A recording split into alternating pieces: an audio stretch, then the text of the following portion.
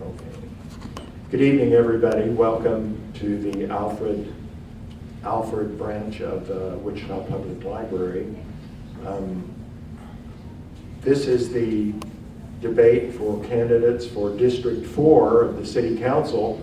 District 4 covers the southwest part of Wichita, as you know. And the debate is presented this evening by the League of Women Voters of the Wichita metro area, Alford branch of the library, and Lwv Forum, a group of mostly young people that want to become involved and are doing a splendid job of that this evening, and we appreciate their help. My name's Paul Babich, and I'm a member of the League of Women Voters here in Wichita, and I'm going to be moderator this evening.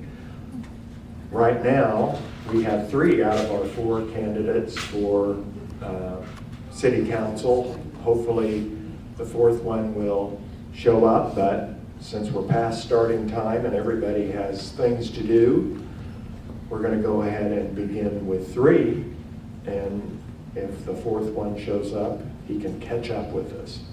But we have official timekeepers this evening to keep track of those 1.5 minutes, and they're going to not only let you know when to stop, but they're going to let you know when you have 1 minute left. Show us how you're going to do that, Max.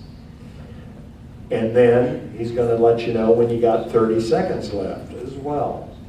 So handy little paddles up here for that Max Christie from Lwv Forum is in charge of this evening.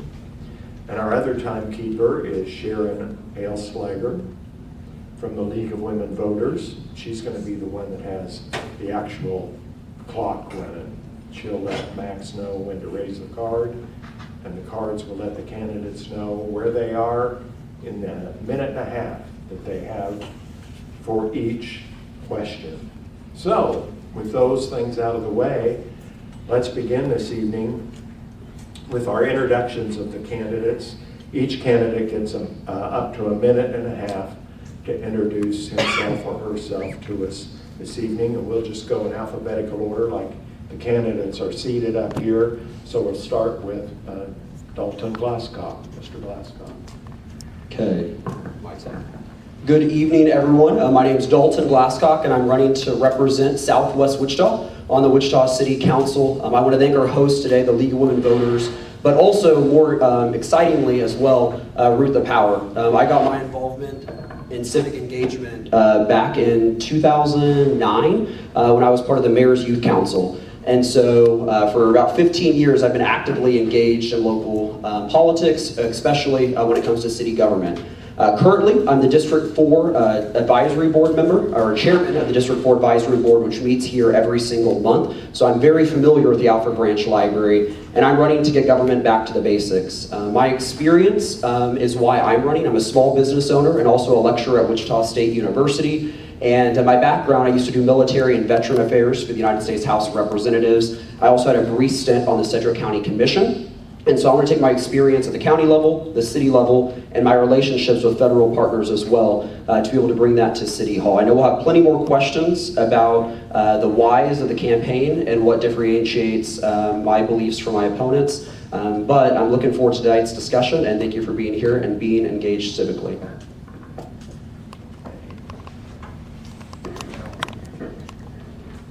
Thank you for the invite. My name is Alan Oliver, and I'm running for your District 4 City Council.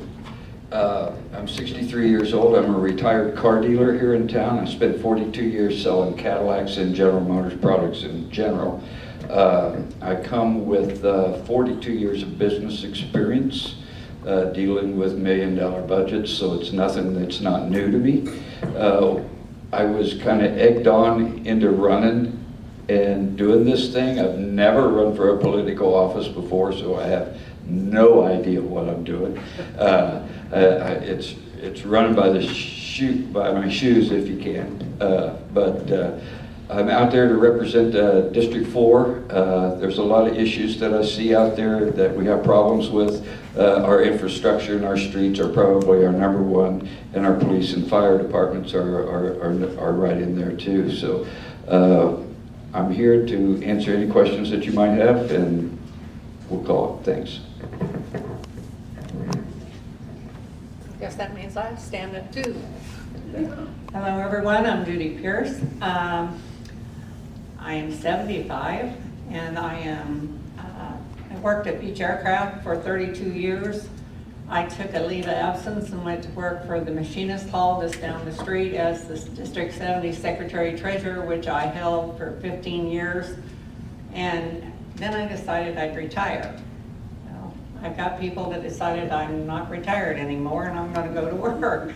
So I want to thank the League. I want to thank the Root for Power. I'm so glad to see young people getting involved in politics. We need you and we want you to be involved. There's a lot of things that we need to change and have done. I think we've got a group here that we can answer your questions, and I'm glad to see everyone here. And like I said, we'll answer all the questions you may have. Thank you. Thank you, candidates. We'll start with our first question then. And I think what I'll do is just start in alphabetical order. And so Dalton, you'll be first, but then alternate. So question 2, I'll begin with Alan. Question 3 with Judy.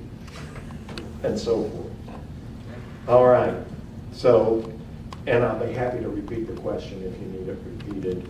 But our first question is, what do you believe are the 3 critical projects or initiatives that will move our city or this district forward? So 3 critical projects or initiatives. First and foremost, we must support our emergency services, that's police and fire. If you look at Southwest Wichita, we're underrepresented when it comes to fire coverage. We have no station, fire station that's west of the airport and also south of Kellogg. And that's one of the most densely populated areas of the district. The cornerstone and basic function of local government is public safety. If you fail at public safety, you fail at everything else.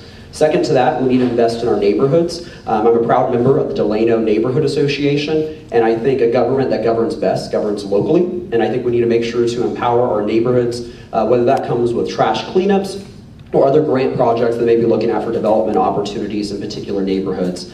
And then lastly, I think you look at infrastructure. You look at roads in South Wichita more so than East and West Wichita, and they're dilapidated. You can drive down Maple, you can drive down 31st Street, I can almost name every single road in South Wichita, and they need taken care of. And that's the primary function of local government is infrastructure, public safety, and also investing in our neighborhoods. Thank you. Alan. Boy, he stole every word. He must have read my notes because that was word for word practically. But I do believe our police and our fire departments are number one, our EMS squads and our back of blue. But I live on Maple Street, and if any of you have ever been up and down there, it's a horrible shape. Mays Road is horrible. 31st Street is horrible, and I don't know where all these tax dollars have gone to that you people have paid your property tax, but they put it off, they've diverted it, who knows what they've done to it, but those streets are in such bad shape that it's going to cost millions and millions just to fix Maple without sticking a Band-Aid on something. If that makes sense. And we can't no longer just put Band-Aids on stuff to fix it. We need to put the money back where it was designed to do and fix that thing.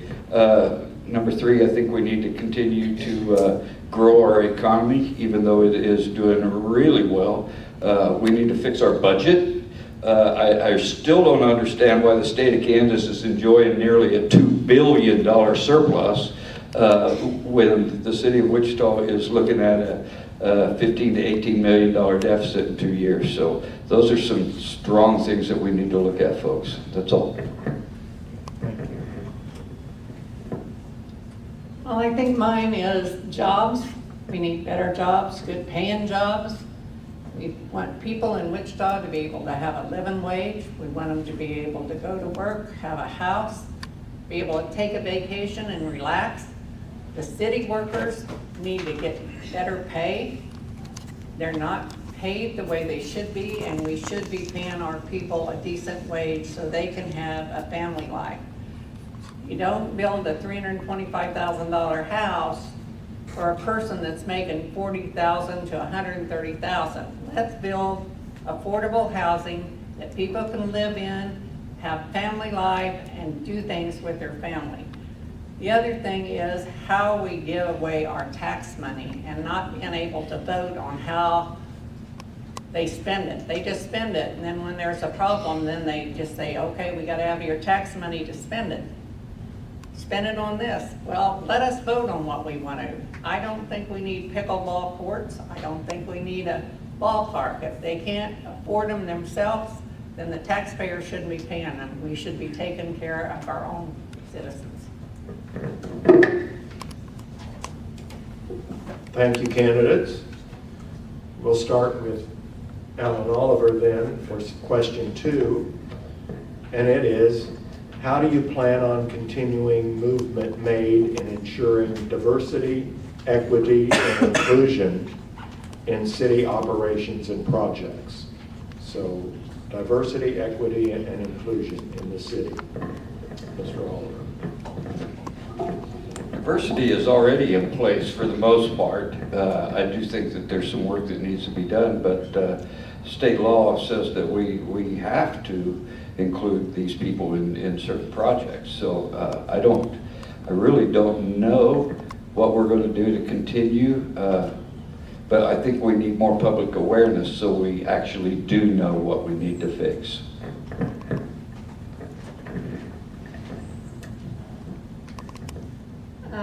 Diversity and equity, I think we need to take care of them. I think there needs to be more help doing that. I think we have to watch what we're spending, how much we're getting in, what people are doing with the money when they get it. We just need more say in how they're spending our money and taking care of our people here in the city and doing the streets and taking care of the infrastructure. We need infrastructure and we need jobs. And when we get those, I think the rest of it will fall into place. But we have to have them kind of things to make the city go on and survive. And that's what I hope we can get done, is getting it ready for these Root for Power. You know, you young people need jobs, and you need good paying jobs, and you need to be able to raise your family. And that's the things that we have to start looking at, of how to take care of the citizens of Wichita. When we're thinking, I mean, everybody wants Wichita to be a welcoming and inviting community. I was Mayor Whipple's appointee to the Diversity, Equity, and Inclusion Committee, formed by the city 3 years ago, and I was part of the first class of that. What I focused on when I was on that committee was inclusion of blind and visually impaired individuals. I had a brief stint where I worked at Envision, and they're often left out of the conversation. So when we look at diversity, equity, and inclusion, it includes people of all abilities, and making sure that we have facilities that are accommodating for them. If you go to the city's website, it is not conducive to blind or visually impaired people right now. Last week I spent about an hour at a home of 2 individuals off of Meridian that are both wheelchair bound. And they were talking about trying to go to Dillon's. They do a lot of their shopping, and they drive on their wheelchairs down the city sidewalks. But when you have a city sidewalk that drops off 6 inches and they're driving down, that's not an equitable society for them either. And so when we talk about DEI projects, it needs to be included of people of all abilities, blind and visually impaired, and that's what I'm committing to do, because I believe representation matters. I also think we can encourage people at evening meetings, and we're trying to engage other voices going to different parts of the community and going where the community is. We can't expect people to come to us. We have to go to where people are, and so I think that includes going out to all of our city council districts, but also make sure we have evening meetings where if somebody has a 9-to-5 job, they're not able to go to City Hall at 9 o'clock on a Tuesday, and we need to make it accessible for them to be able to go to City Hall as well. Thank you, candidates. Good job, interesting. Question 3, we'll start with Judy. The question is, what is your position on privatization of government services? I don't believe in privatization of government services. I think the people, the citizens, have the right to do that. We're giving away all our assets now to the private sector. We don't get to vote on giving it away, but we have to sell it. So I think we need to go back to the original and start with us. We need to keep it with us. We need to vote on what's spent. We need to stay here in this area and do what is necessary for our citizens. And selling our assets for nothing and giving them away and giving away our tax money is not a way to do that. Privatization, if they're gonna make a big bunch on their private sector, then let them do it on their own. They don't need our taxpaying money to pay for it. So let the private sector take care of the private sector and let the city council take care of the citizens. I'm going to try this again. If not, I'm just going to project really loudly. When we talk about privatization, I think there's two areas where privatization has failed miserably when it comes to the city that I can call upon right now. The ice skating rink and the privatization of the ice skating rink has hurt the citizens of Wichita. Currently, it's still closed, and we cannot go there because of bad decisions made at City Hall. In addition to that, our homeless outreach team the city has privatized the cleanup of homeless encampments currently and put that to a third party. So there's less accountability among if we employed city workers or public works and parks and recreation to be able to handle encampments, then outsourcing it where it might take 2 weeks for a contract, and we're not their top priority. Their top priority is what other, two of them are landscaping companies, is other landscaping opportunities. And then if they get around to it, maybe the last day they'll do a cleanup at the end of the 2-week period. And so I think when you look at those two areas, privatization's failed. I think we have to get government back to the basics, and that is public safety and infrastructure. And that's the core function of government, and we're not doing it well currently. And until we do that well, there should really no be other discussions of how we spend our taxpayer dollars. I too am totally against it. First of all, I like he spoke of the ice rink that is down. You know, the way I look at things, and I'm a little weird, okay, so you're just going to have to hang with me. I'm a little weird, okay, but I believe when we do that privatization stuff, there's contracts involved, there's bids that go out, there's envelopes that get snuck under the door. You know, I'm going to be hard pressed to say that doesn't happen, because I'm quite sure that there's some contracts and some little money that goes underneath in the envelope underneath the door. You know, you're going to be hard pressed to prove me wrong. So I am totally against that. I think we need to fix our own stuff and take care of our own stuff, and that's where I stand.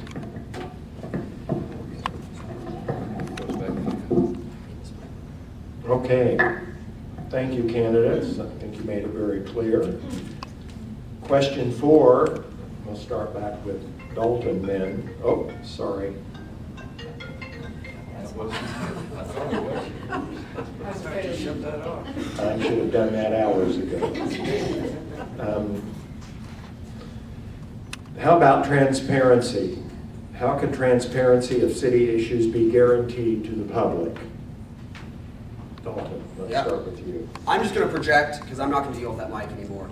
I think you have to be transparent in your campaign. Dale, is it fine, or do you need me to use the mic? Use the mic. Okay. In my campaign, I'm working to be transparent as well. I was the first candidate to post my campaign filings on my website. You can go to daltonglasscock.com and see every person that donated to my campaign today. We filed our second campaign reports today. So I think if you have to put your money where your mouth is, and I'm willing to do that. Back in 2020, I think there was a public hoopla of a couple elected officials that made very bad decisions. And I think I was incredibly transparent during that time that led to the removal of 3 elected officials because I was willing to take a stand of what was right and what was wrong. And I'm willing to do that at City Hall every single day. When it goes to transparency, I also will go back to when I talked about inclusion. We have to go to where people are. People want to be able to hear from City Council, but they may not know how to access services, and part of transparency is better communication, and I think the city can better communicate with individuals by going out in the community into where people are. I totally believe in transparency. I think there's a big issue with that already. There's been some things that's passed and some things that have been slid under the rug and some things that a lot of folks don't know. I was not aware, and perhaps you guys were, that the city hired a compliance officer. Is that right? They hired a compliance officer at $94 grand a year to take care of those plastic bags that you get at Walmart. Am I fooling, or did I just read that wrong, or what? I believe that they actually hired. Can you believe that? Where do I sign up for a gig like that? Because it pays a whole lot more than the city council does. Okay, and I would do that in a heartbeat. I don't know what kind of qualifications I have to have or anything like that. They tried to slide that pickleball court under our nose, and of course I think that kind of blew up a little bit. So. I believe that we need to know more about what's going on downtown. I again think transparency is what we need. We need everything to be voted on. We need to hear what is going on and not let 5 people decide what's happening. We need to know who we're giving the money to, who's going to be affected by it, and who's going to get it. And as far as I'm concerned, we got a lot of citizens out here that need a lot of help. We need roads, we need the infrastructure, we need all that, but that's what we need to spend our money on and be transparent on what we do and let the citizens here know what we're doing and not doing it undercover. We need to keep you all informed of what's going on, and I agree, we need to get out in the county and in the city, in our district, we need to talk to our people. We need to have meetings like this, where if we have something come up, we can have people come and ask us questions and say, help us, or tell us what your problem with it is, because we need to hear from our constituents. Thank you again, candidates. This time we'll start with Alan. And the question is, what role should the city have in affordable housing and food insecurity? Goodness. When you've never had any of that, it's really hard to try to measure it up. But I've been brainstorming on this food insecurity in these food deserts, and I'd kind of like to have an idea where some of those are. I think some of them are up in the northeast part of town, and I think some of them are over here. But I think, and there again, I'm not a political guy, but I believe that there's some vacant buildings that the city owns. We could start our own grocery store. And I'm not asking for them to give the stuff away. It's a for-profit type of business. We have people that can fix it. They fix air conditioners and refrigerators already. They could go in and fix coolers, but we can buy stuff at a reasonable rate, like Kroger and the rest of them do. So I think that that's something that we could probably do, and we can make a fair wage, and sell it at a decent price, and still pay the people to work there. I think if we all put our heads together and brainstorm a little bit, I think we could come up with some great ideas. So I'm open to about anything. I think the way to get affordable housing is to get jobs in here for our people that pay a living wage. People, like I said earlier, can't afford a $325,000 house when they're making $40,000 to $130,000 a year. We need to get the jobs in here once we get the people working. As far as affordable food, we've got people out on the streets. We need to rehabilitate them. We need to get them into housing, because how many of them are going to go out and even look for a job if they can't find a job that pays them enough to live? We need to put them in somewhere, rehabilitate them, and have a job for them to go to that'll pay them a lucrative wage. And I think that's what we need in Wichita. We need to get affordable housing for the people and take care of our infrastructure. As I said earlier, I chair the District 4 Advisory Board that meets here once a month. We'd love to have you. I think it's August 8th is our next meeting. But as chair of that, I have never said no, or I have not said no to any affordable housing options when it comes to duplex development and rezoning from single family to multifamily. And when it comes to rezoning applications. And I think that's one way that the city can benefit affordable housing options is allow for more opportunity instead of just single family homes. That's not going to fit every single family. Look at more multifamily home options. I think that's one aspect. When it comes to food deserts, the libraries can be a huge asset when we're looking at ways and education classes for people to grow a lot of their own produce is one option in particular communities. Alan and I both live in a food desert over at Seneca and Douglas Street is considered a food desert in our community, and there's not affordable food options there. And so we need to make sure that we're providing that, and I think we have to work with our federal partners, look at applications with the Department of Agriculture on grants that we'd be able to bring as a city. Again, there's a role for government and there's a role for private sector, and I think the government can support the private sector in a lot of these things when it comes to application of grants.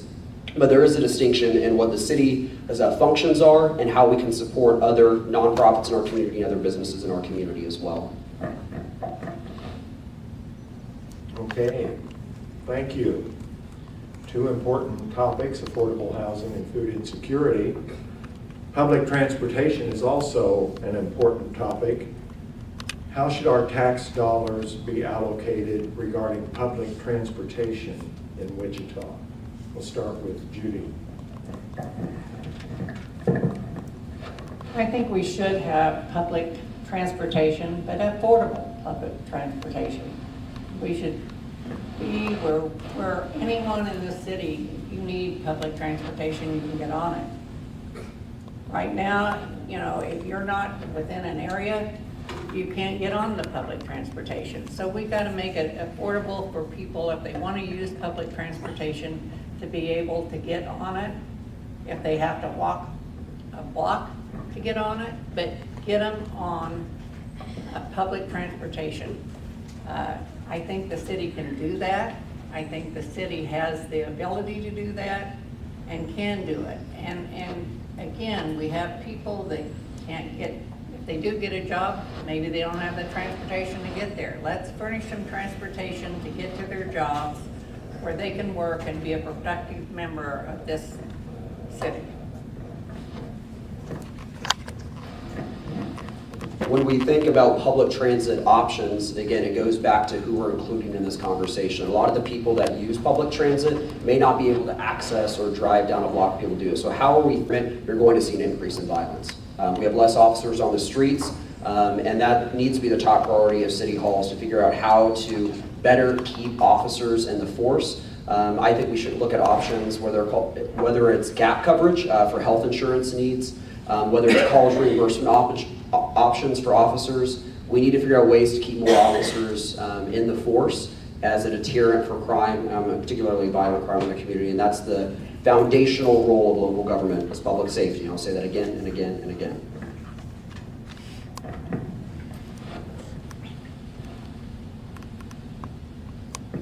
Absolutely more police officers, but police officers aren't going to fix this problem. We're going to fix this problem. We're going to start at home, and we're going to be good parents, and we're going to raise good kids. But that's where it all starts. But for those that are out there, these good police people, they're doing their job, and they're arresting the people, and sometimes these people are getting out of jail before he's even got his paperwork finished, and it's over and over and over and over, and then it's one thing, and then it gets worse and worse and worse. So, I think we've become really, really soft on crime, and we put all these laws into effect, and these criminals that are shooting people, they're not scared of anybody, They don't mind going to prison if they get caught, and they will get caught, most of them. But the living conditions and the conditions that they have in the prison is better than what they're living with now out on the street. So, they're not afraid of anybody. So we need to start by get tough again, you know? I'm not saying an eye for an eye, but we need to get tough again, okay? I think one of the things we need to do for the police is pay them a decent wage so that we can have the officers that we need. I understand that they have laid off some clerks in that office, and they got police officers now doing clerk work. Well, why don't they hire clerks back to do that work and put them police officers back on the street? But I really think that we need to make some pay increases on these people, because I think that's why we cannot keep our people and get people to do these jobs, because they're not getting paid a living wage. And until they get paid a living wage, they're not gonna keep working. They're gonna go somewhere else. The firefighters, when they started, you know, they could come down here and train and go to Oklahoma or go to Kansas City or somewhere and get $5, $10 an hour more. So why are they gonna stay here when they can go somewhere else and get a better wage? So I think the main thing is get our people a decent wage, doing their work, and put the police on the streets and not at a desk. Good. That's all of the questions from the League of Women Voters, so we have a whole stack of questions from the public, and there's more coming. And if you think of a question, there's cards on the table. We got young people from Root to Power that'll come and collect it and give it to the League and get it up here. So we appreciate your participation. Here's the first question from the public, and I'll just start with Dalton and we'll go that way. What do you think about the Latino and immigrant community? And how are you going to be sure that District 4 is going to be diverse and inclusive in the community and feeling safe and supported? Dalton. It goes back to representation matters, and I think you have to have those voices included at the table. And when we talk about, you know, getting out of City Hall and going into communities, we need to have public meetings in, you know, the north part of Wichita, predominantly Hispanic community. We need to go to where people are and be able to have those conversations with people. When it comes to the District 4 Advisory Board, I would love to include more voices on the District 4 Advisory Board, and so actively seeking those voices and bringing them to the conversation is something that I would commit to as well.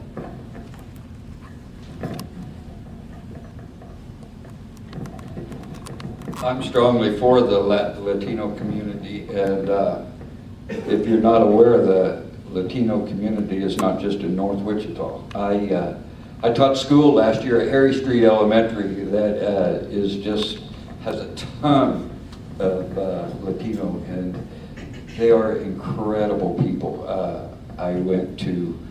We had several after-school affairs and functions and what have you, and they were just the best, and they really are, and they're really appreciative for everything that they have. So I would stand with them. I'll do whatever I can to help them achieve the same as I would for you or me or anybody else. So I stand strong with that Latino community. Thanks. I think I'm upset instead of getting up. But I think that Dalton was right. We need to have these people involved on what they need. How can we, when we're not them, tell them what they need? We need to have more of them talking to us and telling us what they need. We need conversation with them. We need to keep everybody together. And these people are just like me and you, but me and you may have the same idea, but the same idea for us doesn't work for them. So we need to hear what they have to say and adjust to what needs they have.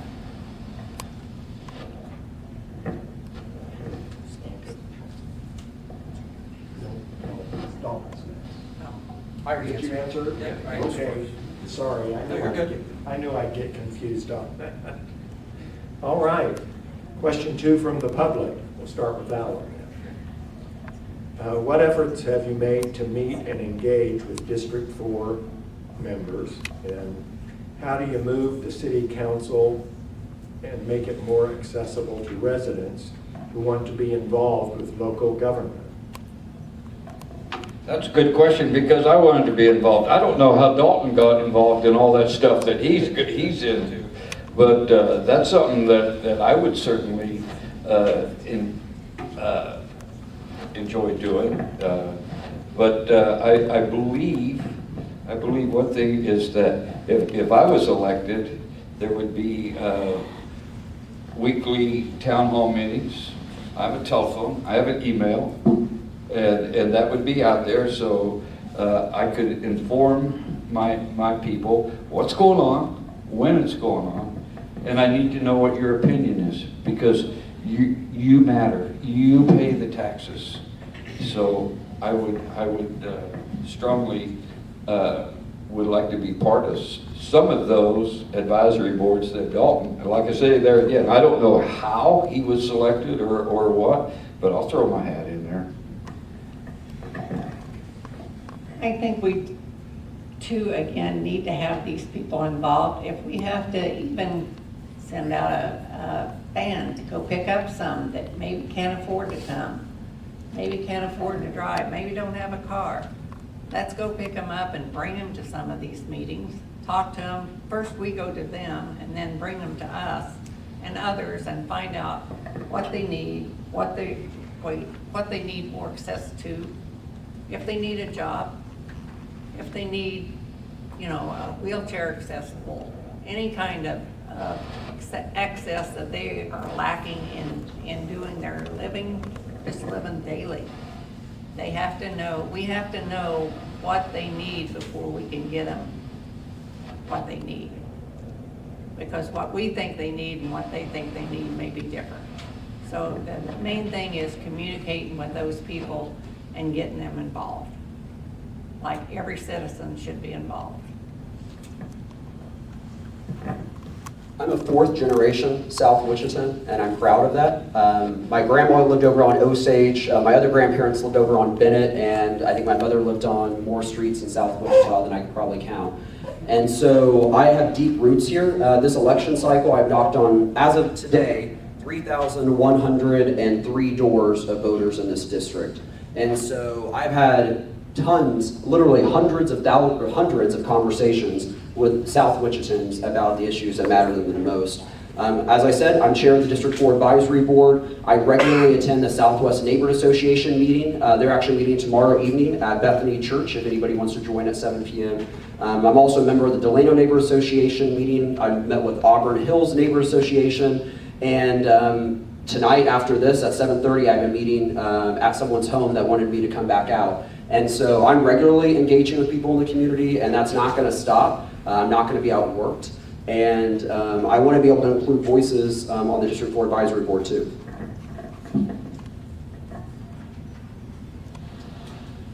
Okay.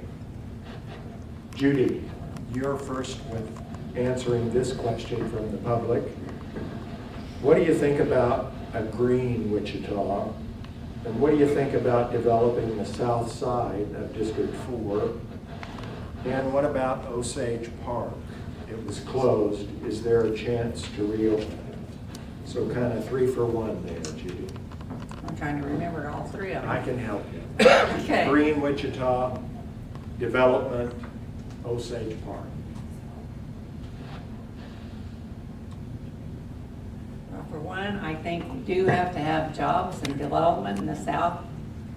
We need to have our infrastructure, the streets done.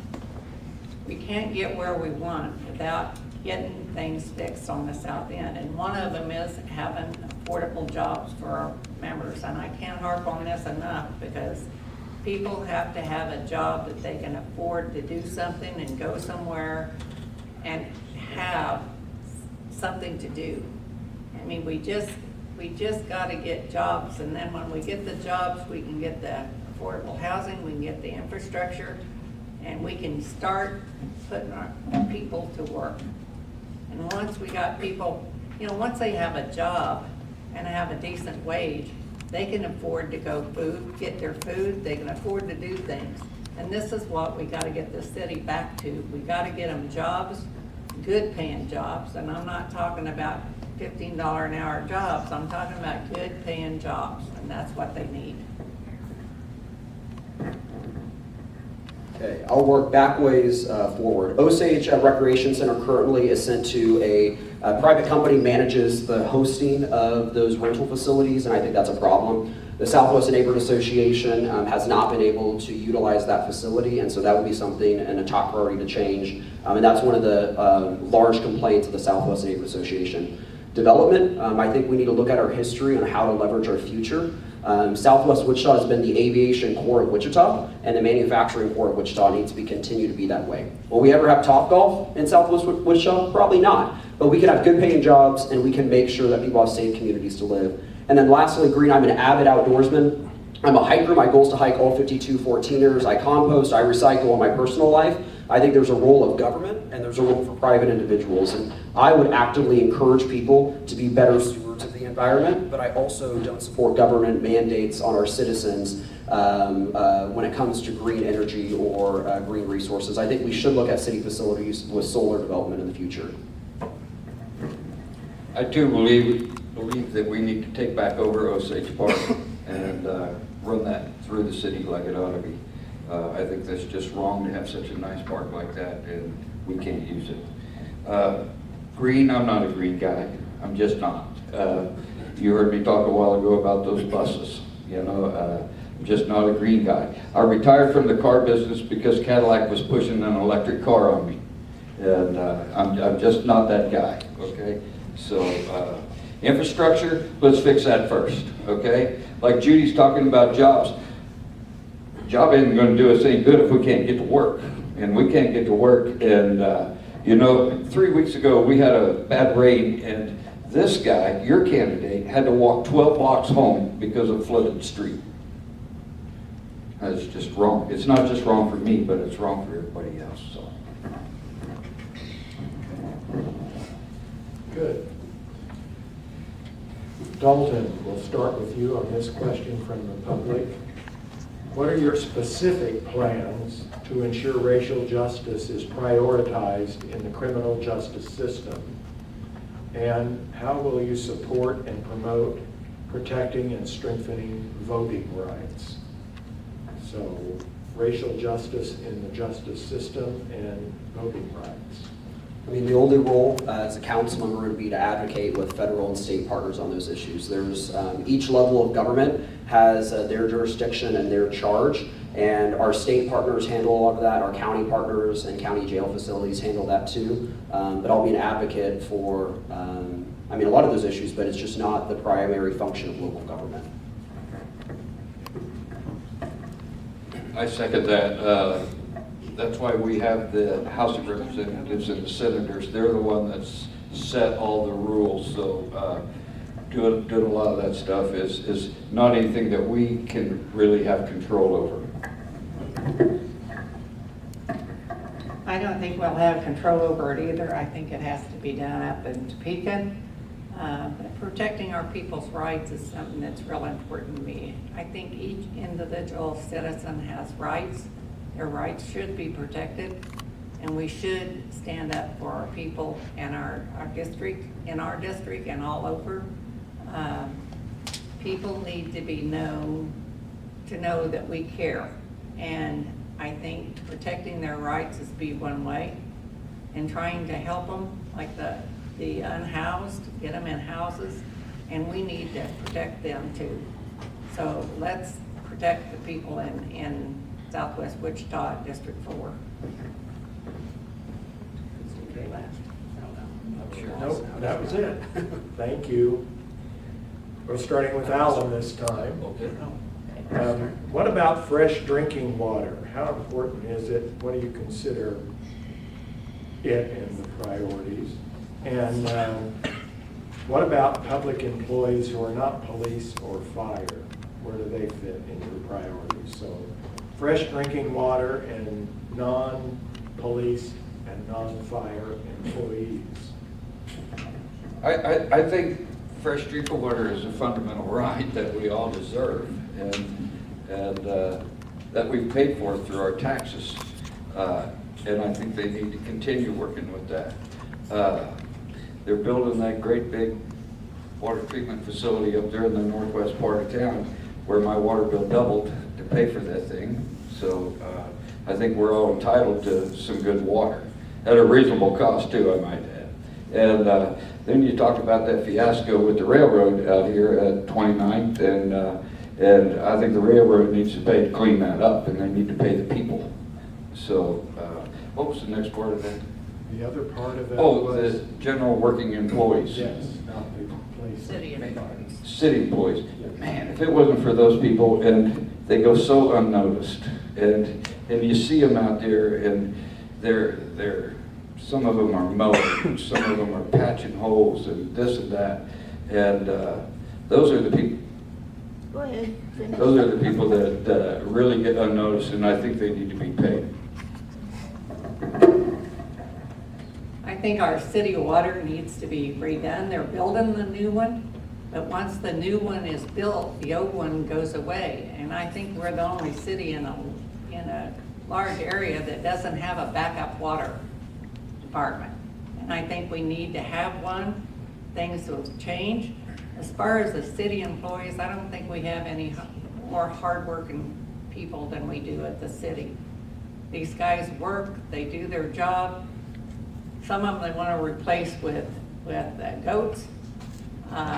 You know, I'm thinking goats in the park, and you have needles out in the park. You have kids sometimes that they find out there, and we're going to put a goat out there. I mean, these city people have been doing it, and I think they can do it for less, but they need to be paid because they need the right to have a job and to have a good job. And we all should appreciate everything the city workers do for us. I love these combo questions, but they're hard to answer in 30 seconds. The water treatment facility was built when FDR was president. If you go out there, there's a plaque from when he was president. Any water treatment facility like that needs upgraded. So I'm glad that the city's moving forward on that. The contaminated water near 21st Street, the city should be in an uproar about that.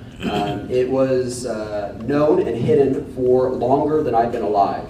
And individuals in that community are facing challenges of not knowing for nearly 30 years. And we need to hold our partners at KDHE accountable for that. And then lastly, our public service employees need better pay and quality pay as well. When you go to Parks and Recreation, you want to have quality individuals that are working there. When you're needing to call Public Works, you want that. And so when you look at almost every single department, if we're not paying them well and they're a quality worker, they will leave to go somewhere else so that they can get higher pay. And so we need to be competitive with private industry and make sure that we keep quality talent at the city as well. Thank you. Judy, you get to start on this question from the public.